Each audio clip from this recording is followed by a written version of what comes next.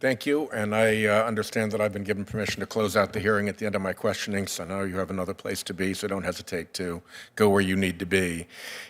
First of all, Ms. Goldberg, you said that repeal of 230 was long overdue. I'm hoping that that day is coming fairly soon and that a bipartisan bill to do just that will be filed by a group of members from this committee before very long. As you also pointed out, there are standards by which to evaluate the conduct or misconduct of these big platforms that the law already affords. And everybody else has to abide by those same standards. If you're a radio station, if you're a newspaper, if you're a manufacturer, if you're an individual, some of them go back to the English common law that came over with the first settlers. And the idea that what Representative Guffey described, I think, quite well as institutions that are the richest since the inception of man shouldn't be bound by the law. I adore Ron Wyden. I think he's a wonderful senator.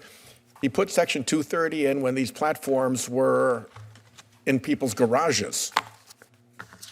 And they've gone from that to being the richest companies since the inception of man.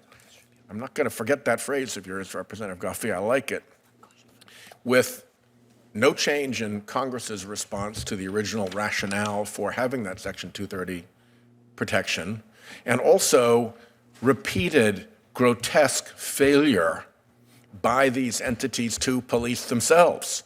It's not as if we're dealing with a array of platforms that have a demonstrated record of meeting the public interest in the safety of their product. Not at all.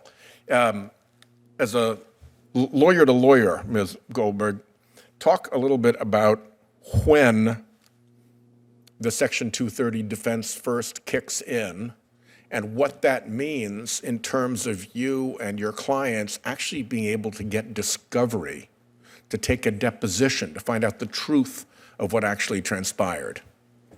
What happens is that I file a lawsuit with all my facts, with everything that I can know, even though there's so much asymmetry of knowledge. Like, I don't know the extent to which the platform knows about the exact problem or the overall problem. I can just base it on what's happened to my client if they're alive. Otherwise, I have to go through their parents. So immediately, within like 30 days, you file your complaint. They file a motion to dismiss, saying, we're just a publishing platform. We're not a product. This is just speech. And then they attempt to get it dismissed. Oftentimes, judges will do it without even oral argument. And then we never get into discovery. So we never get the opportunity to even show or know exactly the extent to which the platform has been tolerating and making money off of this exact harm. We don't have any information about other similar incidents, nothing.